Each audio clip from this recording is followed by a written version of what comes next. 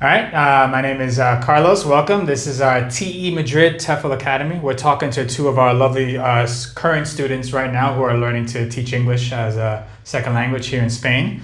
And we're just going to ask them some questions so you can get to know them. Justus, let's start with you.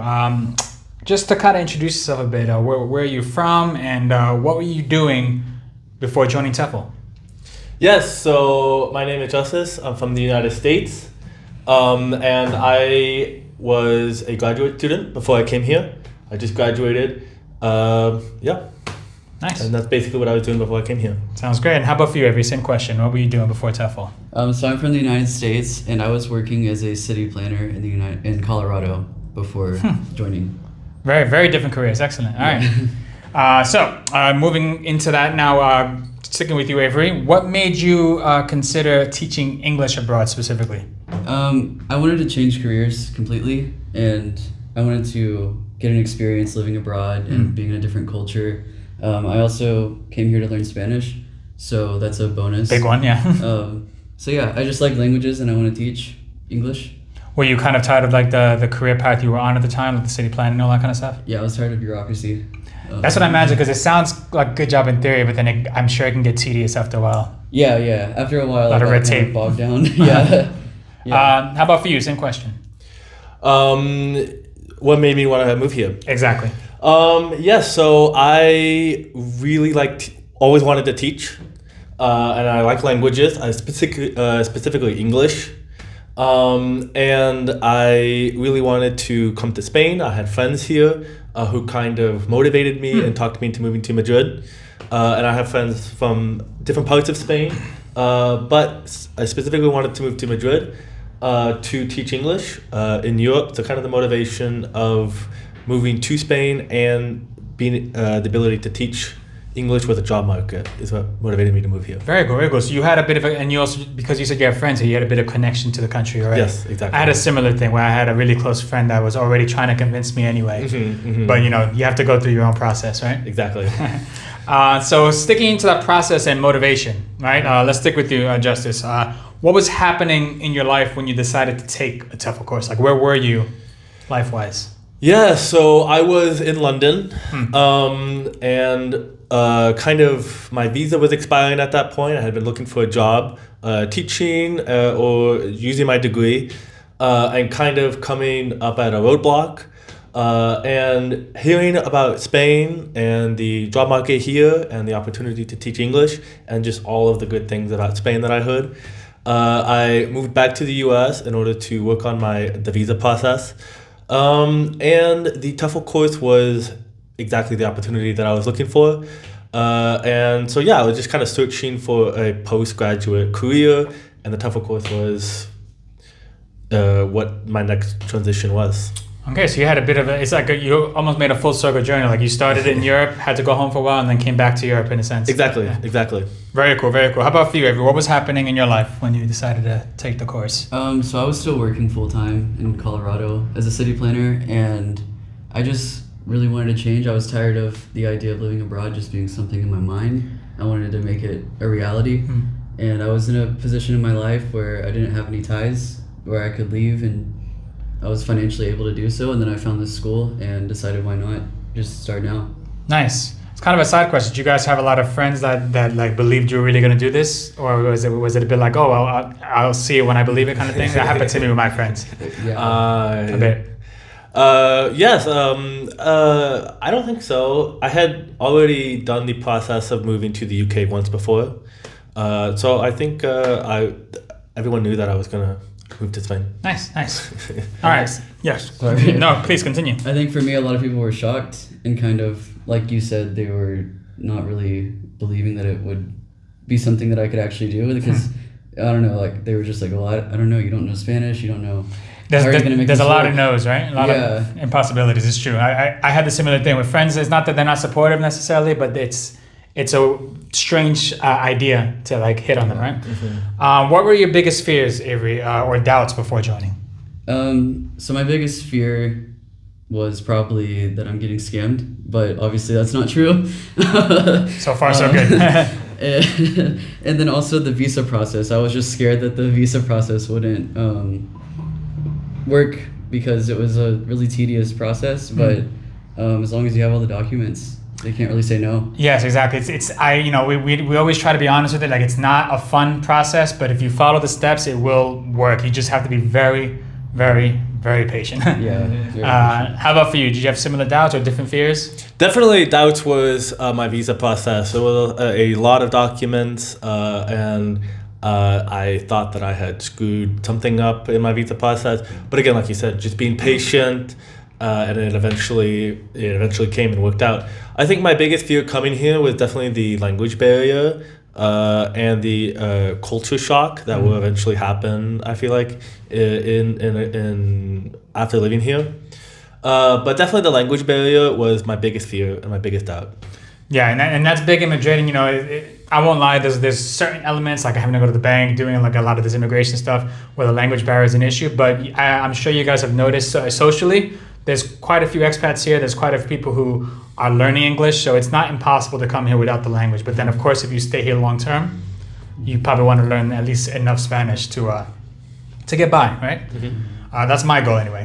Did you compare like other TEFL schools, Justus, and more specific, why did you choose here, TEFL Madrid Academy? Yes, I definitely did compare the pricing and all of the benefits and what was included in the package of the TEFL course. I looked at like also study abroad and things that were more working for school. Right. And teaching, and I felt like this course gave me the Spanish classes that I wanted, gave me the TEFL certificate, and it gave me helped me with career opportunities once I finish. And I feel like, and also guidance with the visa process and everything. It was everything that I wanted, and yeah, that's why I chose this one. Excellent. Same question for you. Like, why did you choose us, and did you compare other TEFL schools when you were researching? Yeah, I compared a couple of different ones, and this one seemed like the best option because it had the attorneys for the visa assistance and the Spanish language included, Spanish classes. And also I just got a good like vibe after I talked to Kaisa on the phone call. It just seemed like a good... Similar answer there. Yeah, it just seemed like a really good school, like with a very communicative staff.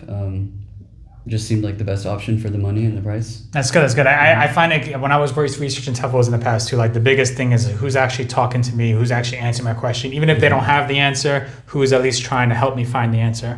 So yeah, that's a big one. And yeah, the lawyers is huge. All right, so now we're gonna do some things where I'm gonna ask you like different questions so we don't have to answer the same one. Let's stick with you, Avery. How would you describe your first week of training, or at least the last couple weeks? Very comprehensive, very involved, I think, because I went into this not really knowing what it meant to teach English as a foreign language at all. I knew the basics, but I think this class has helped me see what it actually means in practice and given me a better idea of where to go moving forward and what to expect. Great. Yeah, it's especially that first week. I'm always trying to make students understand that it's a lot of information. You're not expected to remember everything in one shot, but it's important that you have it, and then you can study it at your own time as well. All right, Justus, continuing with you, different question. What surprised you most about the course thus far? I think how hands-on and not individual the course was, but how much focus and time is spent by the instructor on each individual student. My class is not that large, so I felt like I was able to communicate my questions and really be able to focus on the instructor. I was expecting a larger class and more of a traditional classroom setting, and I think the more interactive, hands-on student experience is what surprised me in a pleasant way. Excellent. Yeah, it's what we pride ourselves at, because part of the experience that it's such a long course and you're here for so many hours. I find that the bigger classrooms, it becomes so regimented and more overwhelming. Technically, you're getting the same information that a large class would get, but it's way more intimate, and the class can be tailored to like your energies as well. So really good answer. Avery, how did the teaching practices affect your confidence?